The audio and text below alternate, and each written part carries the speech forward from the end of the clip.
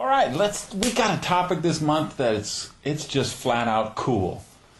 How do you create your dream life or your ideal life? Here's the first thing I would suggest is get the vision of what the outcome you're looking for. Know what an ideal life would look like for you. And the best way I know to do that is something I advise people to do all the time, which is to plan your perfect day. And I believe that I've created this wonderful life that I've created, this wonderful lifestyle, because I saw this perfect day for years. The biggest thing, the first biggest thing, was alarm clocks. I didn't want to have to worry about alarm clocks. I wanted to wake up when I finished sleeping. So I think that's very important for you, if you haven't done it already, is to know, what does a perfect day look like for you? When you really have the ideal life, are you working for some company? Are you working for yourself? You working at home? Or you working in an office? Is your office in the city you're in now, or is it somewhere else? And then I think that the other big part of manifesting this ideal life is knowing what all the components are and keeping the components in the proper balance. And I use the word balance with trepidation, because I don't know that that's necessarily the right word. Maybe the word I'm looking for is two words: proper proportion. Because I think they're not all in perfect balance. Like, I've gone to these workshops where they have you draw a circle, and then you divide your life into areas, and you have your private life, your work life, relationships, different workshops, they have different things.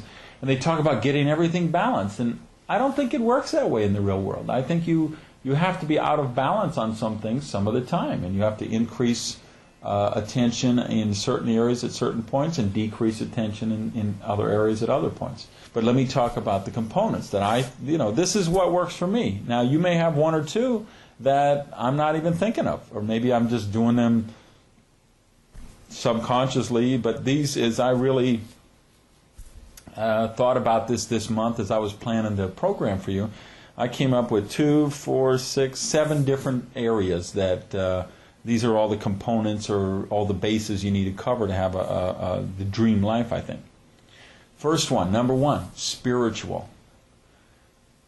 I don't know how you have a dream life without the spiritual element.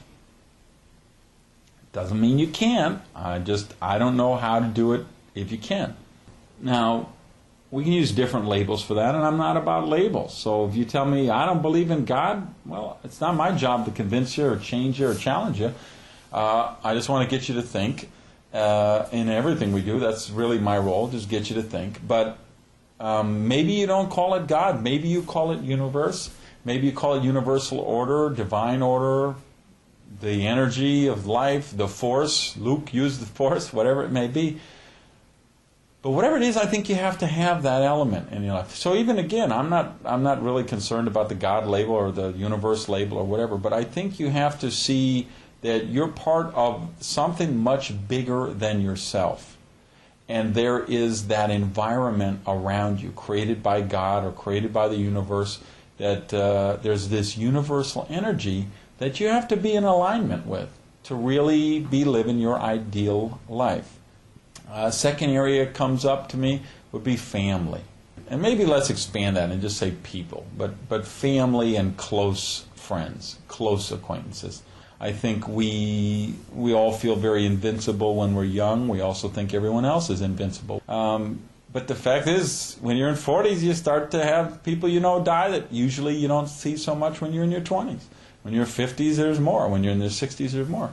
So we start to understand that this lifetime is finite in that context, in the context of the people who are in our life, and I think we appreciate them more. So we seek them out more, and we realize they're very important to an ideal life. I've got enough money, I could fly anywhere, I can go on vacation anywhere, I could take time off and do anything. But you know what? It wouldn't be fun if I just did all that by myself. So people are a real important part of the equation. A third thing comes to mind for me would be work with meaning. If you spend your whole life just putting in time on the clock so you can punch out and then go do the stuff you love, I don't think it's the ideal life.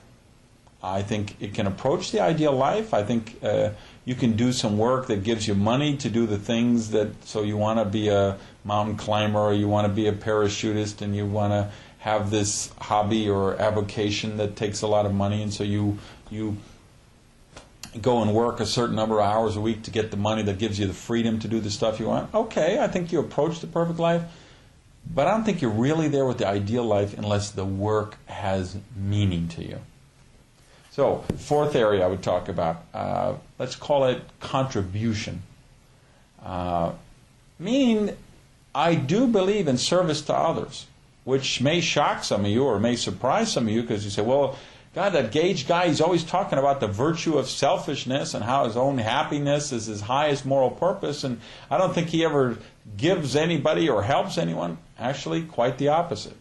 I do a lot of work to serve others, to serve other organizations and causes. I do believe that contribution to others brings real value to me and real value to the world. And if the world brings value to the world, it brings value to all of us.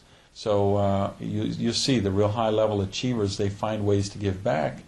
And they do that out of self-sustenance. They do that out of a way because that brings real value to their life and contributes to having that ideal life. Next area would be physical health. Talk to anybody who's lost their health, and they'll tell you it's very hard to have an ideal life without it.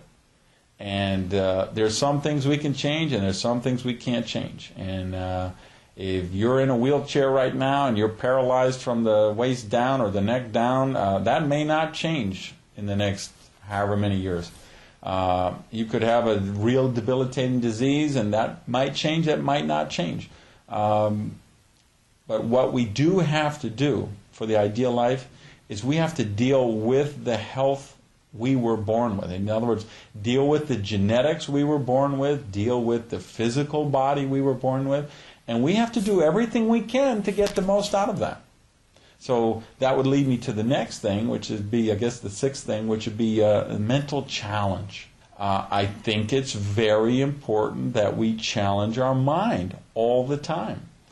You know, I ended a relationship which had so much going for it in so many ways and so much love in that relationship, but what it didn't have was the mental challenge. And I just think that's really important. What I would tell you is this, is you have to have some ways in your life right now that give you that mental challenge. And finally, the seventh thing would also be a derivative or an offshoot of that, which is just you have the self-development part of the equation in the process as well. Well, then for me, that's that self-development time first thing in the morning. Maybe for you, it's the last thing at night. Maybe it's a different time of the day you schedule it. But you have to have that, you have to have some kind of a program of self-development. I think it has to be daily self-development because that's where the challenges come from, which is where the overcoming the challenges come from, which is where the satisfaction and the joy and the discipline and the accomplishment and that stuff comes from. So I think it's important you have all those. Now go back to something we mentioned a little earlier, which is this balance thing or proportion thing. There will be times, so when you finally say, okay, I've gotten out of balance and I'm 40 pounds overweight, I need to get the weight issue taken care of. Well, you may put the health equation on a deeper balance or more proportion than you did before. And you have to take that time from some other area of your life. Well, you know what? I think it makes sense to do that sometimes. So those are the things, those are the elements I think are important. I hope we got you thinking about some of them and got those mental juices flowing, thinking about that. So spend some more time on it and work toward it, because that's what we're really doing here. That's what life is all about.